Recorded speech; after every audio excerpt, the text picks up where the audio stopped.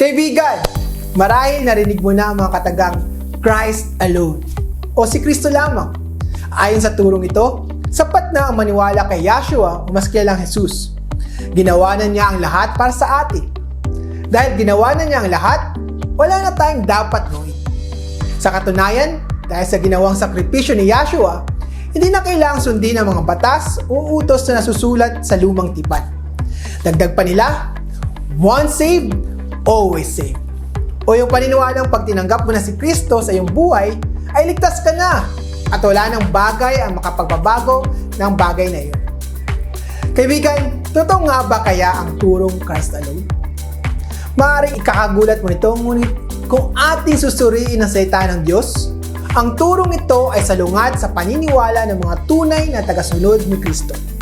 Kaya sa episode ito, hayaan nyo kaming bahagi sa inyo ang 5 dahilan kung bakit ang aral na si Kristo lamang ay mali at hindi naayon sa Biblia.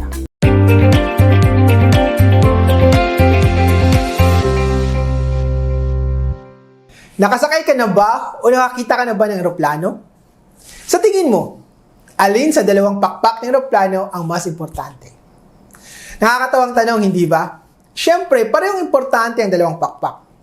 Hindi makakalipad ang eroplano kung nag-iisa lamang ang pakpak nito. Nakakalungkot isipin, ngunit karamihan ng mga Kristiyano ngayon ay ganyan mag-isip. Ang inaakala nila ay pwede silang lumipad na nag-isa lamang ang pakpak. Sa paanong paraan? Hayaan niyo po akong ipaliwanag ng mas mainam ito.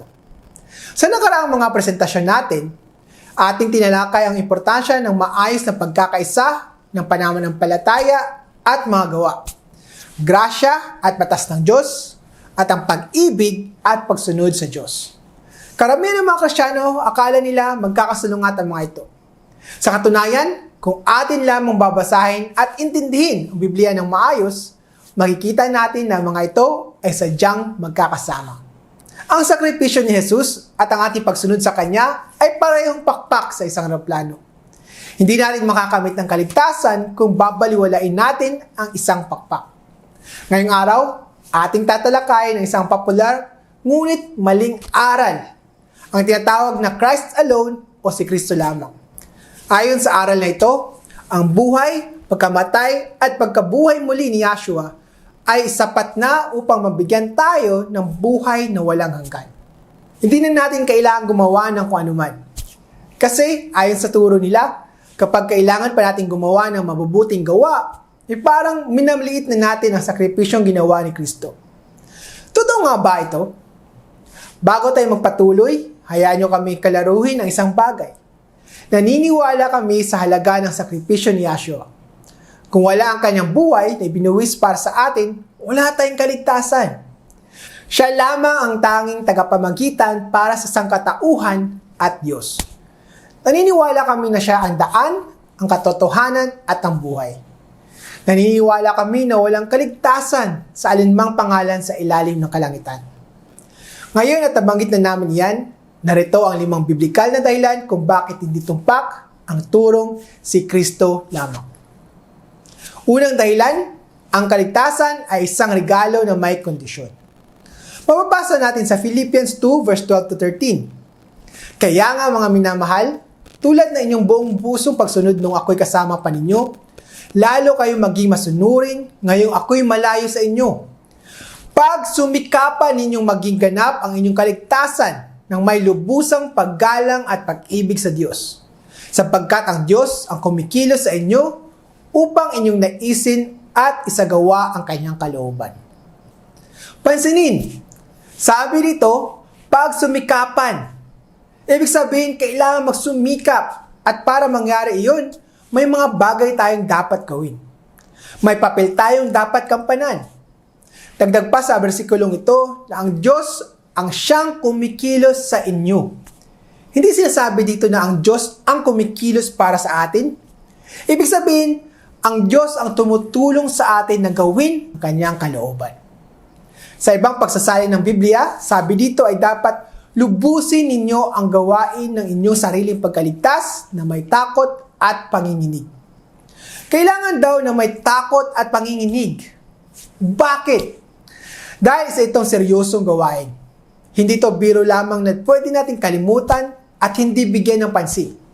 Sa Hebrews 12 verse 29, mababasa natin, sapagkat tunay nga na ang ating Diyos ay apoy na tumutupok. Sa Hebrews 10 verse 31, mababasa natin, kakilakilabot ang mahulog sa kamay ng Diyos na buhay. Tunay ngang mapagmahal at maawain ang ating Diyos Ama. Ngunit hindi ibig sabihin nito ay pwede nating abusuhin ang kanyang kabaitan. Pansinin, basahin natin ang 1 Corinthians 9 verse 27. Ngunit hinahampas ko ang aking katawan at aking sinusupil. Baka sakaling sa anumang paraan, pagkapangaral ko sa iba, ay ako rin ay itakwil. Kung ganun, kahit pala si Apostol Pablo na siyang apostol para sa mga hintil, ay may kakayahan din ma-disqualified o mawala ng pagkakataon na maligtas. Makikita natin sa mga nabasa natin na totoong ang kaligtasan ay hindi isang bagay na pwede natin makuha sa pamamagitan ng ating mga gawa. Ito ay isang libreng regalo mula sa may kapal. Gayunpaman, kailangan pa din nating matugunan ang mga kondisyon na binigay dito. Pangalawang dahilan, kailangan magsumikap na gawing sigurado ang ating kaligtasan. Huwag magpalinlang sa mga huwad na guro ng once saved, always saved. Hindi titunuro ng Biblia. Sa katunayan, sa mga susunod namin mga presentasyon, ipapaliwanag namin kung ano talaga ang kaligtasan. Sa ngayon, basahin muna natin ang 2 Peter 1 verse 10 to 11. Kaya mga kapatid, lalong pagsikapan ninyo na mga panatag kayo sa pagkatawag at pagkahirang sa inyo. Sapagkat kung gawin ninyo ang mga bagay nito, ay hindi kayo mga titisod kailanman. Sapagkat sa gayon, ay ipinamamahaging sagana sa inyo ang pagpasok sa karyang walang hanggan ng Panginoong natin at tagapagligtas na si Jesucristo. Nabasa niyo po ba kung ano ang nakasaad sa mga bersikulong ito?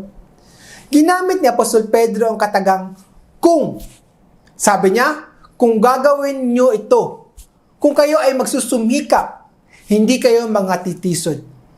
Ang katagang kung ay nagwawari ng isang kondisyon. Ibig sabihin, maaaring ibibigay ni Yahweh na ating Diyos ang kaligtasan sa iyo, ngunit kung hindi ka magpapatuloy sa iyong pananampalataya, maaaring hindi mo makakamtan ang kaligtasan. Isa sa mapanilang na turo ngayon ay hindi tayo kailanman magiging matuwid. Si Kristo lang ang matuwid, sabi nila. Kaya't walang dahilan upang subukin pa natin ito. Sa bagay, ibibigay naman ng Diyos ang righteousness o katuwiran ni Kristo sa mga makasalanan tulad natin. Sabi pa nila, kapag ang Diyos ay tumingin sa atin, hindi niya nakikita ang isang makasalanang nilalang, ngunit si Kristo na perpekto. Ang mga huwad na gurong ito ay tila ba'y nalilito kung ano ang ibig sabihin ng pagiging matuwid at pagiging perpekto. Ngunit, ano ba ang sinasabi ng Biblia?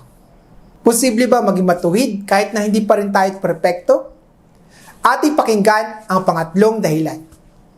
Ikaw ay naasahang maging matuwid. 1 John 3 verse 7, mababasa natin. Mumundi kong mga anak, huwag kayong padaya kaninuman. Ang gumagawa ng katuwiran ay matuwid, gaya niya na matuwid.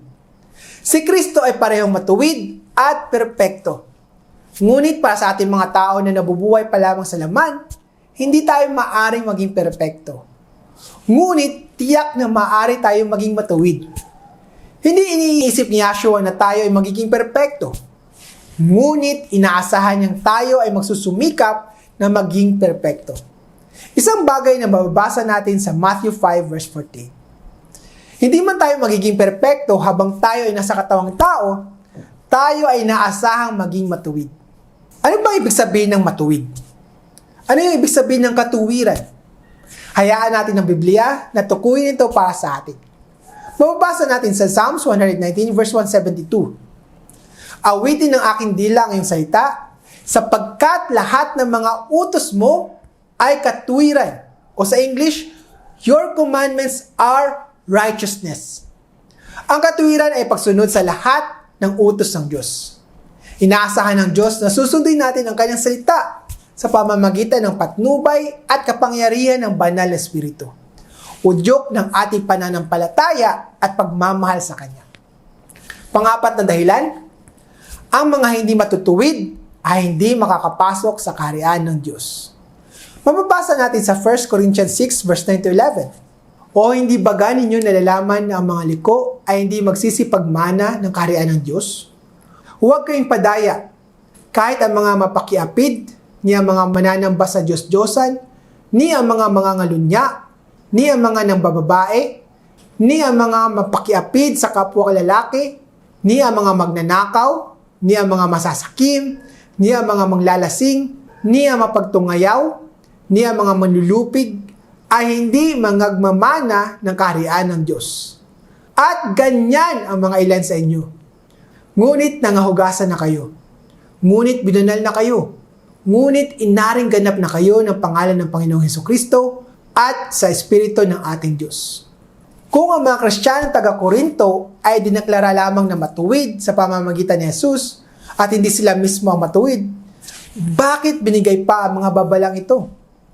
Makikita natin na kahit tayo ay nahugasan na sa ating mga kasalanan, maaari pa rin tayong bumalik sa ating nakaraang mga kasalanan.